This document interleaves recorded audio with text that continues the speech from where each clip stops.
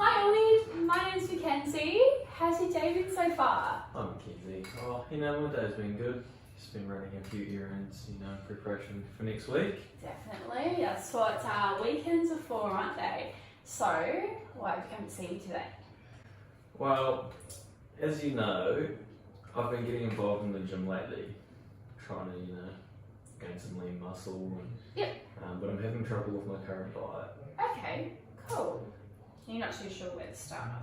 I know I need to make a few changes, but yeah, I'm not too sure where to start. Yep, awesome. And I know nutrition plays a huge role in any health-related aspirations. Yeah, cool. So, you have been coming in a lot lately, and that's great to see. I'm also very pleased that you've taken that step to seek assistance with your nutrition, so you've definitely come to the right place. Nutrition does play a huge role, that's for sure. You can't out-train a bad diet. So, before we dive in, I just want to clarify my role with you so you have a better understanding of what I can and cannot do as a nutrition coach. How does that sound? Yeah, sounds good. Cool.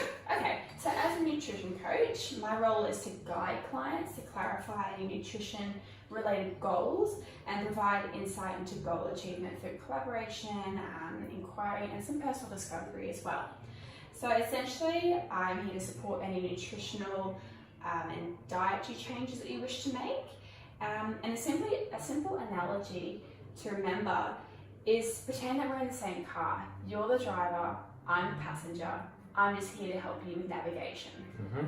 So therefore, I cannot prescribe any set meal plans, and I cannot diagnose you with any health conditions.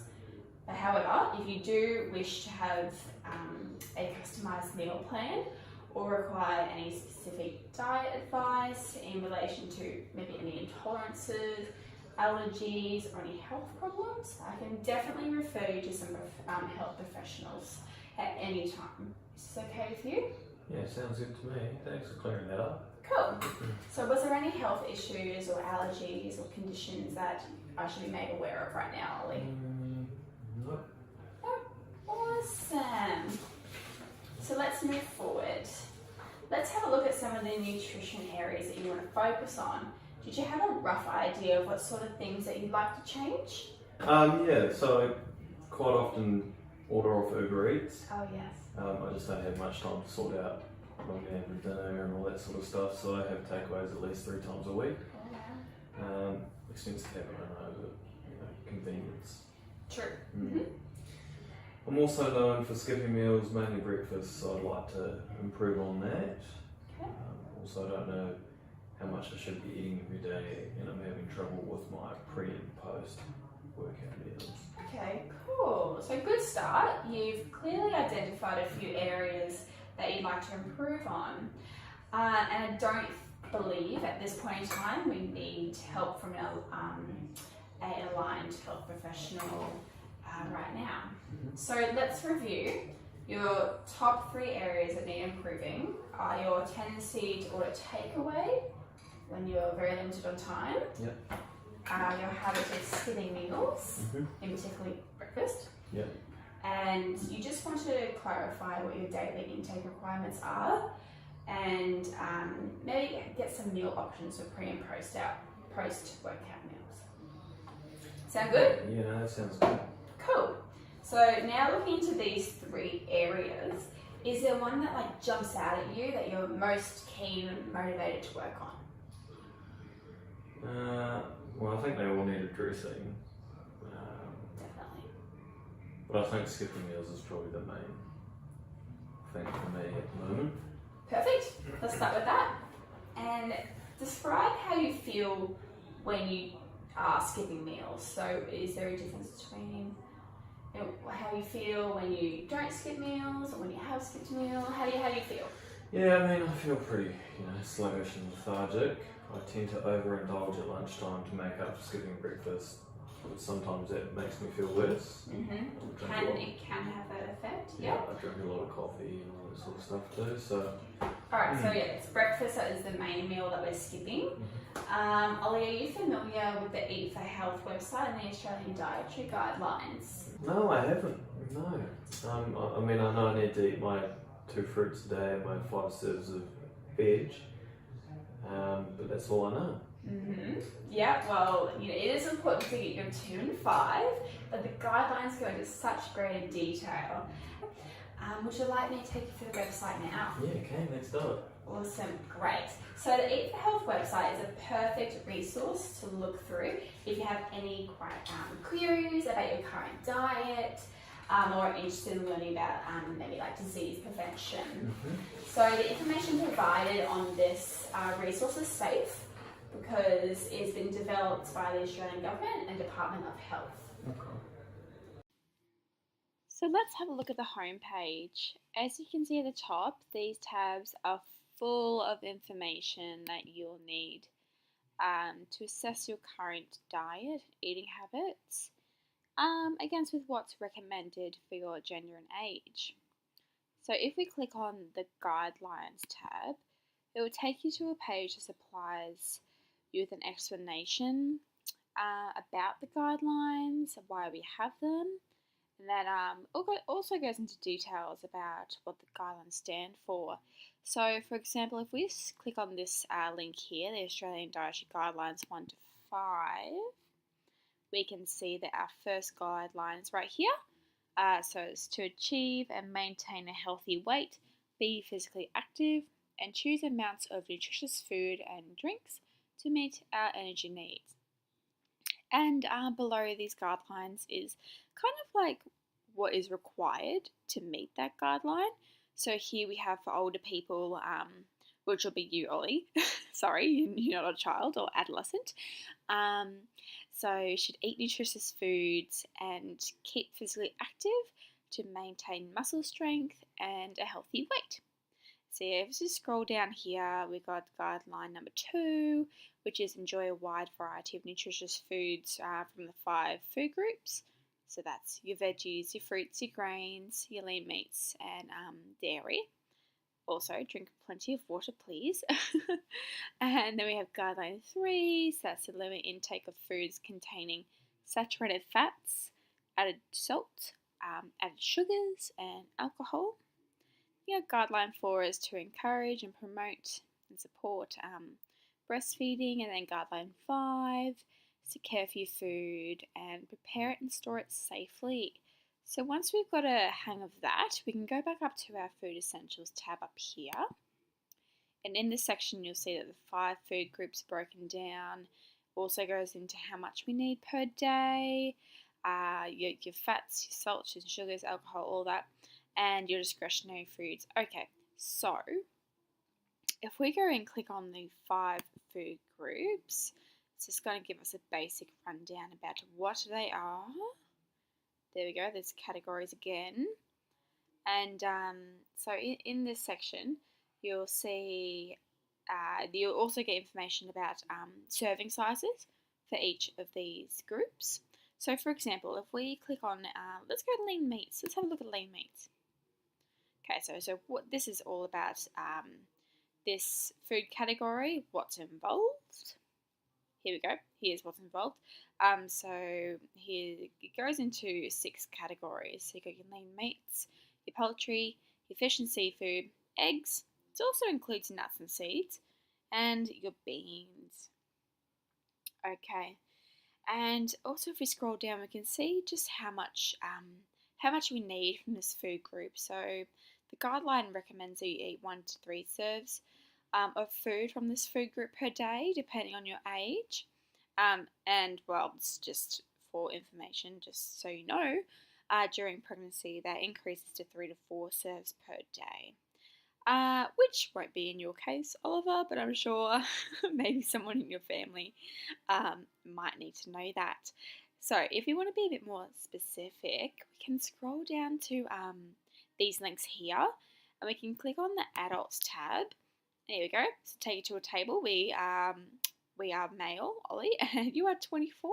So if we scoot across over here, we can see under the lean meats that we need 3 servings per day. This is a great table to look back on. Something you could sort of like reference when you are putting together your day-to-day meals. So, okay, now I've got a hang of that. Now we're thinking, that's all well and good, but I don't know what a serving size is. Okay, no worries, no stress. Let's just go back one and scroll down a little further. Here, this little visual diagram is awesome. We can see what a standing serving size is and what that is equivalent to. So a standard serve would be 500 to 600 kilojoules. That is equivalent to 65 grams of cooked lean meats, such as your beef. It could also be 100 grams of cooked fish, or it could be 170 grams of tofu, if you're into tofu, Oliver. Okay, cool. So once we know all about this, we've got some more extra information down here. We also have our health benefits too about this food group. That is good to know. But once we've got the hang of this, we can scroll up again and we can have a look at our discretionary food and drink choices. So our discretionary choices and alcohol is involved too. So again, this page will take you through what a discretionary item is. Really, it's anything with added sugar or is higher in fat, or both.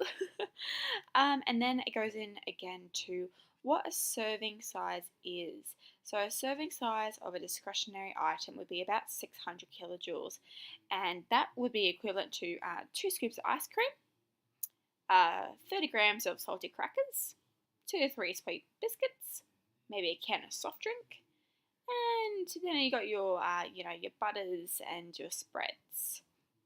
So there's a bit more information on that too. Okay, so once we have a firm understanding of what is in the Food Essentials tab, we can move on to the Eating Well tab. And here we can see, this is a great little section here. It's always good to look back on. So it's tips for eating well. We've got tips for eating well throughout all stages of life. How to understand food labels, that's very important and good to know. You've also got some healthy recipes. That's something to look into if you're into your cooking, Ollie. And then you've got food safety. So that's awesome. And once we have had a look at that, we can move on to our nutrition calculators. Yes, this is where all the numbers come into play. And this is where we can get a good idea of how much we should be consuming, how much of what we need to be consuming, and maybe like your food balance. So this is awesome to run through. If you have a spare time, I thoroughly recommend that you go through and you can calculate what you need for each day. So awesome. Great stuff. So yeah, we can estimate our daily energy needs, and this is Oliver. This is also very relevant to your one of your sections that you want to improve on. You mentioned that you don't really know how much you should be consuming each day. So referring to this part of the Eat for Health government website would be very beneficial.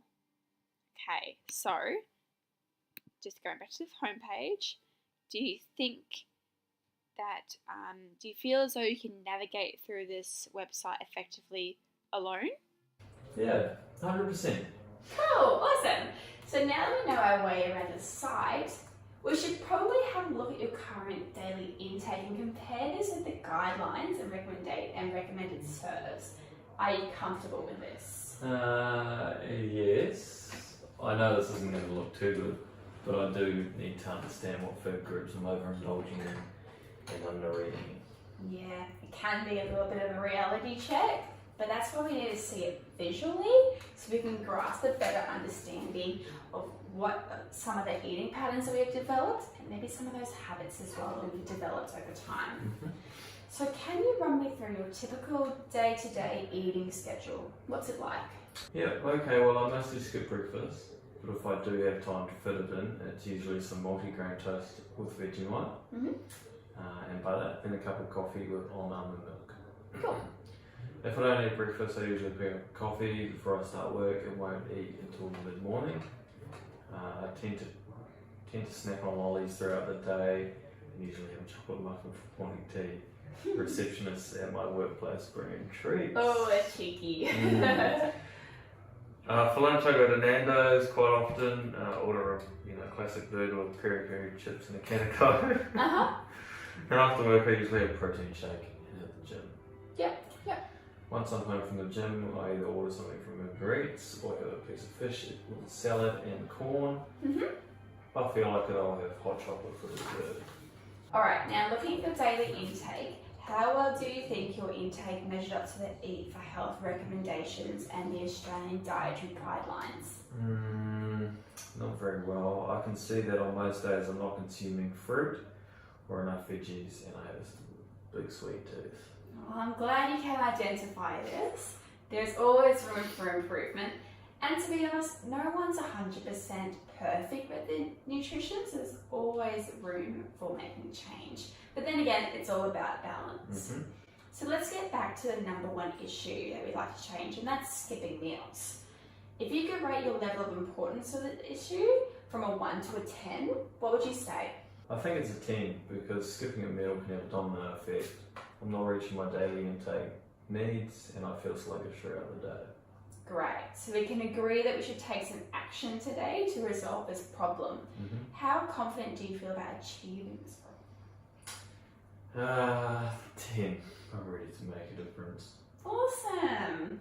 Well, the next step is to brainstorm some solutions. What can we do to make sure that we're not going to skip any meals? I could probably be more time conscious. If I went to bed earlier, I'd be able to wake up earlier and fit my breakfast in before work.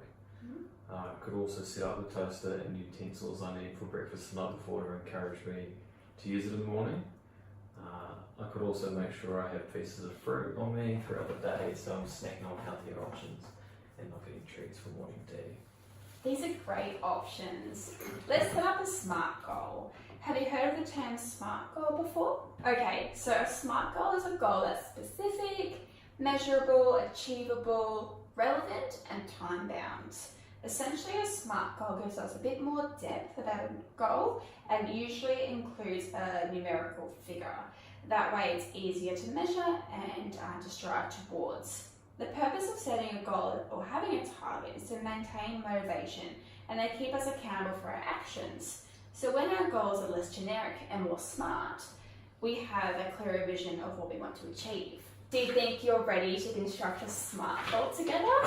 And let's get this show on the road. Alright, yes, 100%. Awesome! I love the attitude.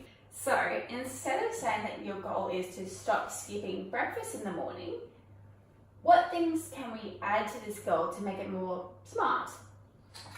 Well, you mentioned numbers, so maybe if I put a figure on how many days I was going to eat breakfast each week, would be a Yes, start.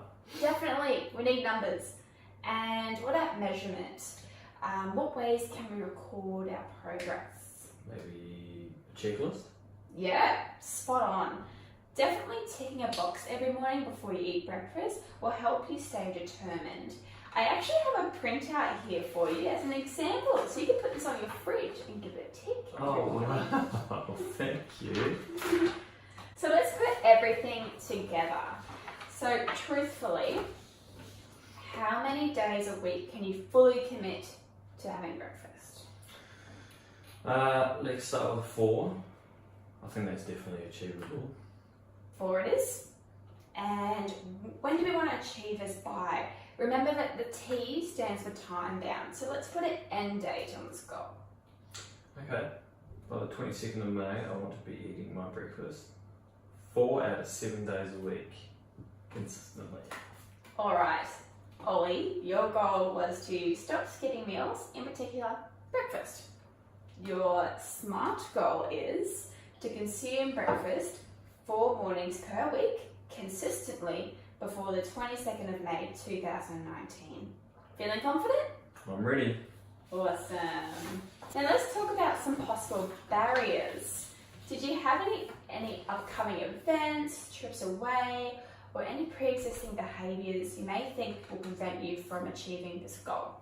Well, for behaviour, I think it's just my desire to sleep in, and I'm going away in a month's time for a holiday. Yeah, okay.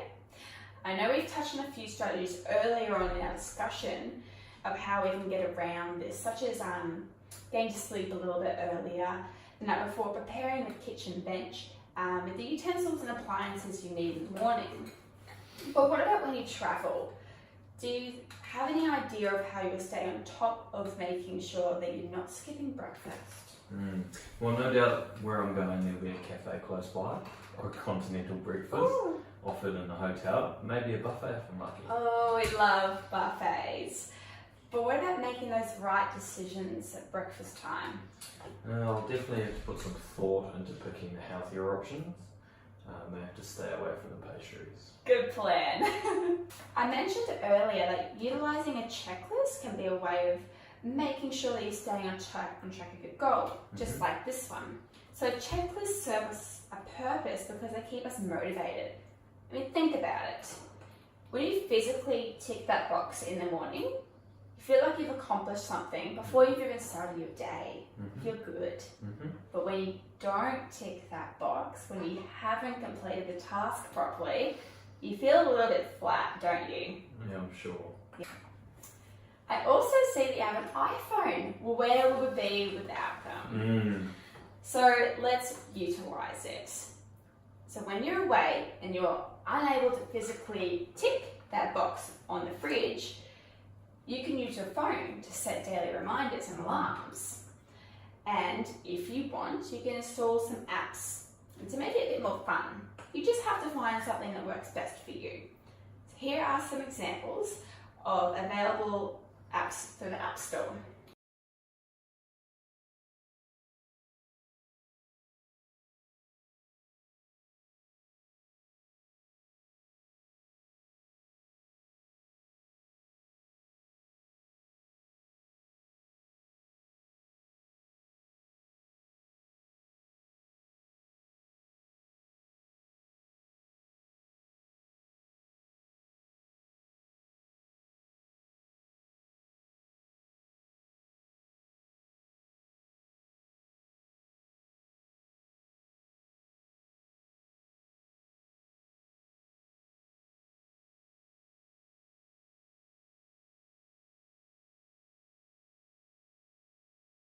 Okay, let's go over an action plan.